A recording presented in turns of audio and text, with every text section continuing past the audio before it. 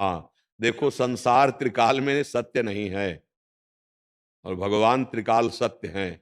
जागृत में आवे तो सत्य है, स्वप्न में आवे तो सत्य है, सुषुप्ति में, भावना में, जब कभी जहां जैसे वो सत्य हैं।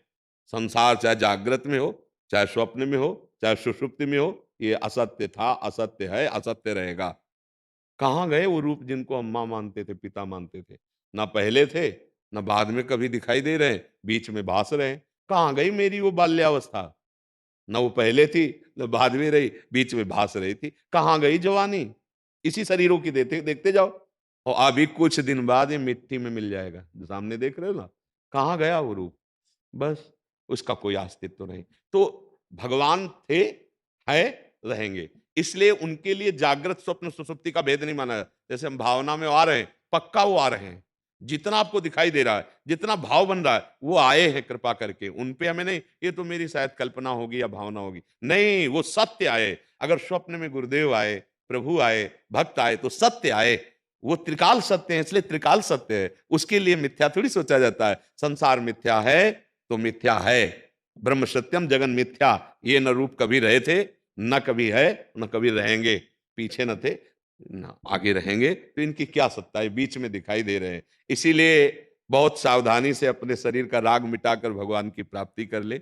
यहाँ मतलब धोखे का खेल है। उमा काहू मैं अनुभव अपना, सत हरि भजल जगत सब सपना। तो इसलिए सपने में भगवान आ जाए तो बहुत बड़ी कृपा कर दी। वो भगवान ही है, वो मिथ्या नहीं है। हाँ, अगर आप जैसे भाव में बैठे हो और थोड़ा थोड़ा झलक रहा है, सांवले चरणार बिंद है, गोरे चरणार बिंद है प्रियालाल के, और बंसी अधरों पे है, ऐसे गलबैया दिए खड़े हैं, वो आ रहे हैं तुम्हारे भाव में।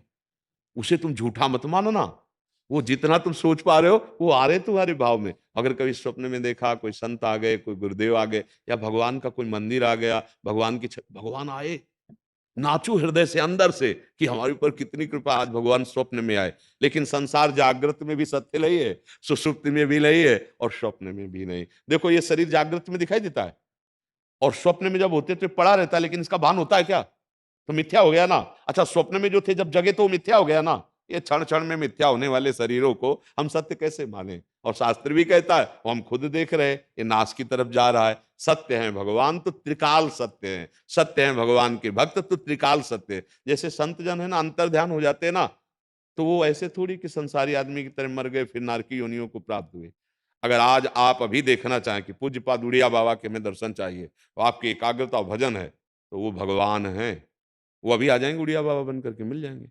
अभी आ जाएंगे भाई जी हनुमान प्रसाद तुलदास, अभी श्री स्वामी राम सुखदास जी के रूप में आ जाएंगे। जितने संतों को आप जानते हैं, सब संत, कोई ऐसा नहीं कि ये नहीं रहे। ये बाहरी उनकी लीला है। सब भगवत धाम में विराजमान, वृंदावन में।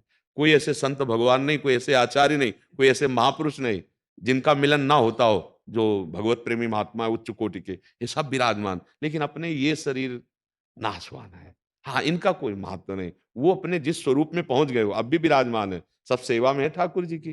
कोई ऐसा थोड़ी है कि अब महाप्रभु चैतन्य देव यही है वृंदावन में, ही है रूप जी, सनातन जी, ये सब आचार्य यही विराजमान है वृंदावन में, कहीं बाहर थोड़ी है।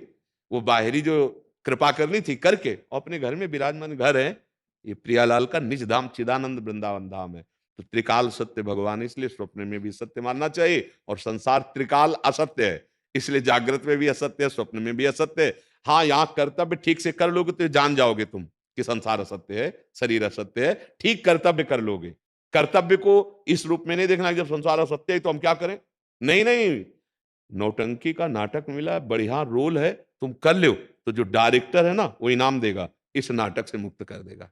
जगन नाटक वैभवा, भगवान का एक गोपाल शास्त्र नाम में नाम है, जगन नाटक वैभवा। तो इसलिए कभी अश्रद्धा मत करना, स्वप्न में भी भगवान आते हैं और वो सत्य होते हैं। लेकिन जगत का भाव तो असत्य ही है।